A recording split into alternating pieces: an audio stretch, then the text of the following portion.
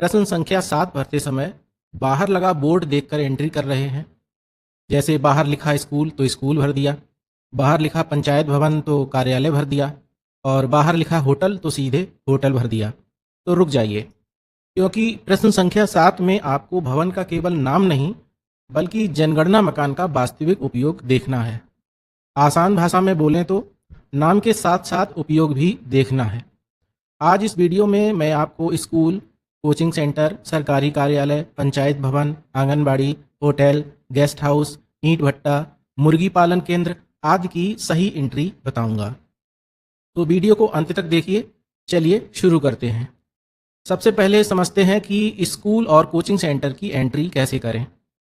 अगर मकान का उपयोग केवल पढ़ाई लिखाई के लिए हो रहा है तो ऑप्शन चुनिए स्कूल, कॉलेज आदि, और वास्तविक उपयोग में लिखिए प्राथमिक विद्यालय, inter college, coaching centre, computer प्रशिक्षण केंद्र, जो भी हो। लेकिन अगर उसी मकान में परिवार भी रहता है और साथ में स्कूल भी चलता है तो ऑप्शन चुनिए आवास सह अन्य उपयोग, और वास्तविक उपयोग में लिखेंगे आवास सह स्कूल या आवास सह कोचिंग सेंटर। अब आंगनबाड़ी केंद्र की एंट्री समझते हैं। अगर भवन केवल आंगनबाड़ी केंद्र के रूप में उपयोग हो रहा है तो ऑप्शन चुनिए स्कूल, कॉलेज आदि, और वास्तविक उपयोग में लिखिए आंगनबाड़ी केंद्र। लेकिन अगर किसी आवासीय घर के अंदर आंगनबाड़ी चल रही है तो ऑप्शन चुनिए आवास सह अन्य उपयोग, और वास्तविक उपयोग में लिखेंगे आवास सह आंगनबाड़ी केंद्र। इसके बाद सरकारी कार्यालय की एंट्री को समझिए।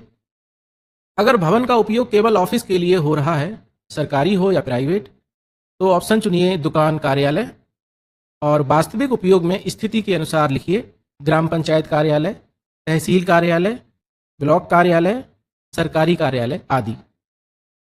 अब समझिए कि पंचायत भवन या पंचायत घर की एंट्री कैसे होगी। ज़्यादातर गांवों में पंचायत भवन का उपयोग ग्राम पंचायत के कार्यालय के रूप में होता है। सचिव बैठते हैं, रिकॉर्ड रखे जाते हैं और प्रशासनिक काम होता है। तो ऐसे केस में ऑप्शन चुनिए दुकान, कार्यालय, और वास्तविक उपयोग में लिखिए ग्राम पंचायत कार्यालय। लेकिन इतना याद रखिए कि अगर उसी पंचायत भवन में आंगनबाड़ी, स्कूल या कोई अन्य काम भी चल रहा है तो एंट्री उस उपयोग के हिसाब से होगी, ना कि पंचायत भवन के नाम से। अब होटल, लॉज, गेस्ट हाउस, धर्मशाला की एंट्री को भी समझ लेते हैं।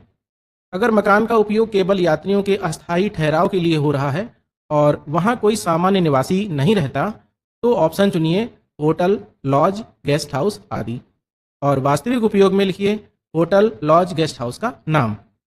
लेकिन यदि किसी होटल, लॉज या गेस्ट हाउस का उपयोग सामान्य आवास के रूप में भी किया जा रहा हो तो ऑप्शन चुनिए आवास सह अन्य उपयोग, और वास्तविक उपयोग में स्थिति के अनुसार लिखिए आवास सह होटल, आवास सह लॉज या आवास सह गेस्ट हाउस। अब समझिए ईंट भट्टा की एंट्री। अगर किसी मकान, शेड या परिसर का उपयोग उत्पादन, निर्माण या मरम्मत के लिए हो रहा है तो ऑप्शन चुनिए फैक्ट्री, वर्कशॉप, वर्कशेड आदि, और वास्तविक उपयोग में स्थिति के अनुसार लिखिए ईंट भट्टा अगर ईंट भट्टा की एंट्री कर रहे हैं तो।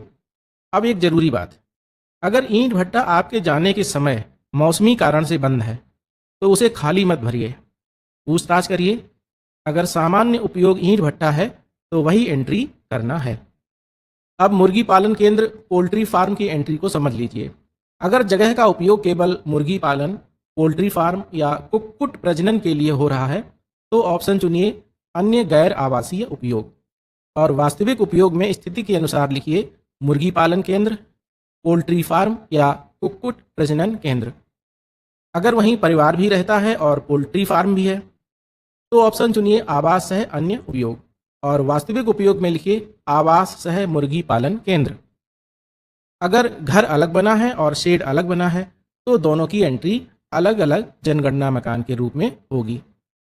अब अंत में क्वेश्चन नंबर 7 का पूरा नियम बस एक लाइन में याद रखिए। भवन का केवल नाम मत देखिए, उसका वास्तविक उपयोग भी देखिए और उसी के अनुसार विकल्प